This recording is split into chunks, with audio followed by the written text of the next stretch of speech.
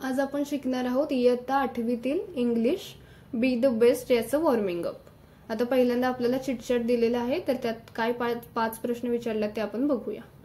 Have you got a prize in any competition, म्हणजे इथं आपल्याला त्यांनी विचारलंय की आपल्याला कुठल्या कॉम्पिटिशन मध्ये कधी काही प्राइज मिळालेला आहे का। दुसरा प्रश्न आहे how did you feel at that time, म्हणजे तुम्हाला ती प्राइज मिळत असताना कसं वाटलं। तिसरा प्रश्न आहे have you ever failed in your efforts, म्हणजे हे सगळं अचीव करताना किंवा काही कष्ट घेताना तुम्ही त्यात कधी फेल झाला आहात का।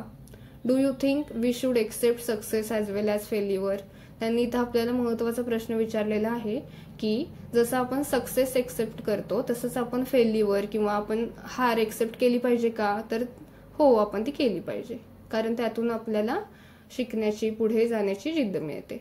What will be your reaction if you are not selected in a team, म्हणजे इथं आपल्याला त्यांनी प्रश्न विचारलाय की तुम्ही जर काही टीम मध्ये सिलेक्ट नाही होऊ शकला तर तुम्हाला त्याबद्दल कसं वाटेल किंवा तुमची रिॲक्शन काय असेल त्यावेळी। आता इथं आपल्याला खाली दिलेलं आहे read aloud the following sets of words. River, stream, sea, ocean, hill, stone, mountain, rock, plant, sapling, tree, seed, child, adult, baby, youth.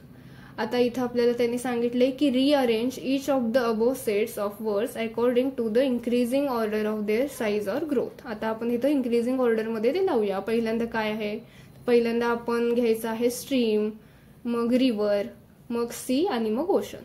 आता बी मध्ये आपण करूया स्टोन, रॉक, हिल आणि माउंटन। सी मध्ये झाडांबद्दल आहे, त्यात आपण करूया सीड, मग सेपलिंग, मग प्लांट आणि मग ट्री। आणि डी मध्ये बेबी, चाइल्ड, यूथ आणि ॲडल्ट। आता इथं आपल्याला त्यांनी एक स्टोरी दिलेली आहे, ती स्टोरी आपण या खालील बॉक्स मधील जे आपल्याला शब्द दिलेले आहेत त्यानुसार ती पूर्ण करायची आहे। तर काय आहे बघूया आपण। In your pre primary classes you must have learn the story of the lion and the mouse. हो, ही स्टोरी आपल्या सगळ्यांना माहित आहे आणि आपल्याला आवडणारी स्टोरी आहे उंदीर आणि सिंहाची। Read it in English and fill the gaps using words given in the box. आता आपण हे शब्द योजून ती कथा पूर्ण करूया। A lion was sleeping in a, इथं फॉरेस्ट हा शब्द येईल। A mouse started playing on him, the lion got up angrily हा शब्द येईल इथे। He caught the mouse and was ready to kill it, इथे किल येणार। आता नंतरच्या पॅरेग्राफ मध्ये काय येणार, the mouse begged the lion to leave it and said that some day it would help the lion, इथे हेल्प हा शब्द येणार। The lion laughed and let it go, तिथे लाफ्ड हा शब्द घाला तुम्ही। One day the lion was caught in a net set up by hunters, he roared loudly as he tried to her to accept. The mouse heard the lion and came. It chewed up the net with its sharp teeth and let the lion free.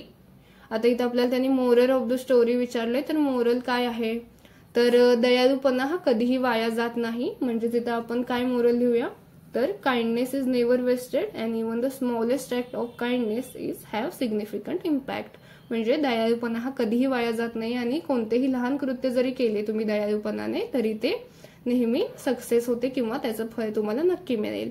आता be the best ही जी कविता आहे ती आपण पुढच्या part मध्ये discuss करूया।